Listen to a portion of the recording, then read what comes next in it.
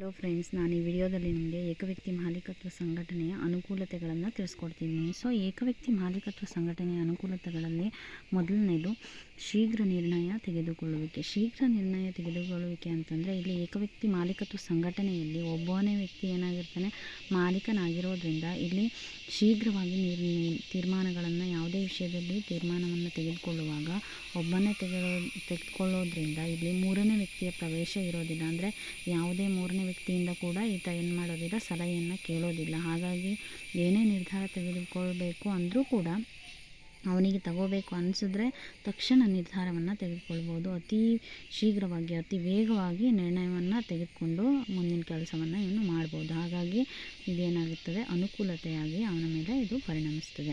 ಇನ್ನು next second one, ಮಾಹಿತಿಗಳ ಗೋಪ್ಯತೆ. ಮಾಹಿತಿಗಳ ಗೋಪ್ಯತೆ ಹೇಗಾಗ್ತದೆ ಅಂತಂದರೆ, ಇಂತಹ ಸಂಘಟನೆಯಲ್ಲಿ ಏಕವ್ಯಕ್ತಿ ಮಾಲೀಕತ್ವ ಸಂಘಟನೆಯಲ್ಲಿ ಒಬ್ಬನೇ ವ್ಯಕ್ತಿ ಮಾಲೀಕ ಆಗಿರೋದ್ರಿಂದ ಆ ವ್ಯಕ್ತಿ ಒಬ್ಬನೇ ನಿರ್ಧಾರವನ್ನು ತೆಗೆದುಕೊಳ್ಳೋದ್ರಿಂದ ಜೊತೆಗೆ ವ್ಯವಹಾರ ಚಟುವಟಿಕೆಗಳಿಗೆ ಸಂಬಂಧಿಸಿದಂಥ ಯಾವುದೇ ಮಾಹಿತಿಯನ್ನು ಗೌಪ್ಯವಾಗಿ ಇರಿಸ್ಬೋದು. ಅದರ ಜೊತೆಗೆ ರಹಸ್ಯವನ್ನು ಕೂಡ ಏನು ಮಾಡಬೇಕು, ಕಾಪಾಡೋಕ್ಕೆ ಇಲ್ಲಿ ಸಹಾಯವನ್ನು ಮಾಡ್ತದೆ. ಹಾಗಾಗಿ ಇಲ್ಲಿ ವ್ಯಕ್ತಿ ಮಾಲೀಕ ಏನು ಮಾಡ್ತಾನೆ, ಅವನು ಸಂಸ್ಥೆಯ ಲೆಕ್ಕಪತ್ರಗಳನ್ನು ಪ್ರಕಟಿಸಲೇಬೇಕು ಅನ್ನುವಂತಹ ಕಾನೂನಿನಿಂದ ಯಾವುದೇ ರೀತಿಯ ನಿರ್ಬಂಧ ಇಲ್ಲ. ಅಂದರೆ ಕಾನೂನಿನ ಪ್ರಕಾರ ಅವನು ಯಾವುದೇ ಲೆಕ್ಕಪತ್ರವನ್ನು ಬೇರೆಯವರಿಗೆ ತೋರಿಸ್ಬೇಕು ಅನ್ನುವಂಥ ಅವಶ್ಯಕತೆ ಇರೋದಿಲ್ಲ.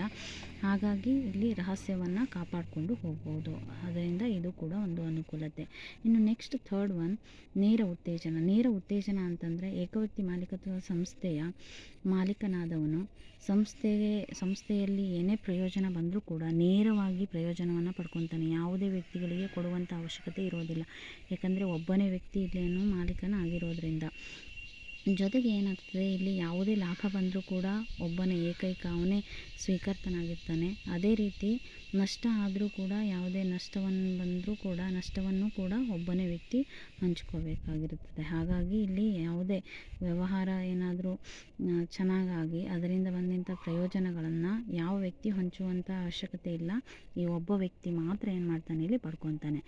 ದೆನ್ ಫೋರ್ತ್ ಒನ್, ಸಾಧನೆಯ ಭಾವನೆ ಅಂತಂದರೆ ಇಲ್ಲಿ ಮಾಲೀಕನಾದವನು ತನಗಾಗಿ ಕಾರ್ಯನಿರ್ವಹಿಸೋದ್ರಿಂದ ಅದರಿಂದ ಏನಾಗ್ತದೆ, ವೈಯಕ್ತಿಕವಾಗಿ ಅವನಿಗೆ ತೃಪ್ತಿ ಉಂಟಾಗ್ತದೆ, ಹ್ಯಾಪಿ ಆಗ್ತದೆ. ನಾನು ಮಾಡಿದ್ದೀನಿ ಈ ಕೆಲಸವನ್ನು ಅನ್ನೋ ರೀತಿ. ಜೊತೆಗೆ ವ್ಯವಹಾರ ಯಶಸ್ಸನ್ನು ಹೊಂದಿದ್ರೆ ತಾನೂ ಅದಕ್ಕೊಂದು ಕೊಡುಗೆಯನ್ನು ನೀಡಿದ್ದೀನಿ ಅನ್ನುವಂಥ ಫೀಲ್ ಇರುತ್ತೆ. ಅಂದರೆ ಆ ಭಾವನೆ ಅವನಲ್ಲಿ ಬರ್ತದೆ. ಹಾಗಾಗಿ ಏನಾಗ್ತದೆ, ಇದರಿಂದ ಆ ವ್ಯವಹಾರ ಯಶಸ್ವಿಯಾದಲ್ಲಿ ತನ್ನ ಯಶಸ್ಸಿನ ಬಗ್ಗೆ ಗೊತ್ತಾಗ್ತದೆ. ಜೊತೆಗೆ ತನ್ನ ಸಾಮರ್ಥ್ಯದ ಬಗ್ಗೆ ಗೊತ್ತಾಗ್ತದೆ. ತನ್ನ ಸಾಮರ್ಥ್ಯ ಎಷ್ಟಿದೆ ಅಂಥೇಳಿ ಅವನಿಗೆ ಗೊತ್ತಾಗ್ತದೆ. ಜೊತೆಗೆ ತನ್ನ ಬಗ್ಗೆ ತನಗೆ ಏನು ಕಾನ್ಫಿಡೆನ್ಸ್ ಬರ್ತದೆ, ವಿಶ್ವಾಸ ಮೂಡ್ತದೆ. ದೆನ್ ನೆಕ್ಸ್ಟ್ ಒನ್, ಸ್ಥಾಪನೆ ಮತ್ತು ವಿಸರ್ಜನೆಗಳ ಸುಗಮತೆ ಅಂತಂದರೆ ಇಲ್ಲಿ ಇಂತಹ ಏಕವ್ಯಕ್ತಿ ಮಾಲೀಕತ್ವ ಸಂಘಟನೆಯಿಂದ ಕನಿಷ್ಠ ಕಾನೂನು ಕ್ರಮಾನುಗತೆಯಿಂದ ಇದನ್ನು ಮಾಡುವಂಥದ್ದು ಸ್ಥಾಪನೆ ಮಾಡಲಾಗ್ತದೆ. ಜೊತೆಗೆ ಈ ಸಂಸ್ಥೆಯನ್ನು ನಿಯಂತ್ರಿಸೋದಕ್ಕೆ ಯಾವುದೇ ಪ್ರತ್ಯೇಕ ಕಾನೂನಿನ ಅವಶ್ಯಕತೆ ಇರೋದಿಲ್ಲ, ಕಾನೂನುಗಳು ಇರೋದಿಲ್ಲ. ಹೀಗಾಗಿ ಇದರ ಸಂಪೂರ್ಣವಾಗಿ ನಿಯಂತ್ರಣ ಮಾಡುವವನು ಏಕವ್ಯಕ್ತಿ ಮಾಲೀಕತ್ವ ಸಂಘಟನೆಯಲ್ಲಿ ಮಾಲೀಕನೊಬ್ಬನೇ ಆಗಿರೋದ್ರಿಂದ ಅವನ ಇಚ್ಛೆಗೆ ಅನುಗುಣವಾಗಿ ಏನು ಮಾಡ್ಬೋದು, ವ್ಯವಹಾರವನ್ನು ಪ್ರಾರಂಭಿಸಬಹುದು. ಜೊತೆಗೆ ಅವನು ವಿಸರ್ಜನೆಯನ್ನು ಕೂಡ ಗೊಳಿಸ್ಬೋದು. ಅಂದರೆ ಮುಕ್ತಾಯವನ್ನು ಮಾಡಬೇಕು ಅಂದರೂ ಕೂಡ ಅದು ಕೂಡ ಮಾಲೀಕನ ಒಪ್ಪಿಗೆಯ ಮೇರೆಗೆ ಆಗ್ತದೆ.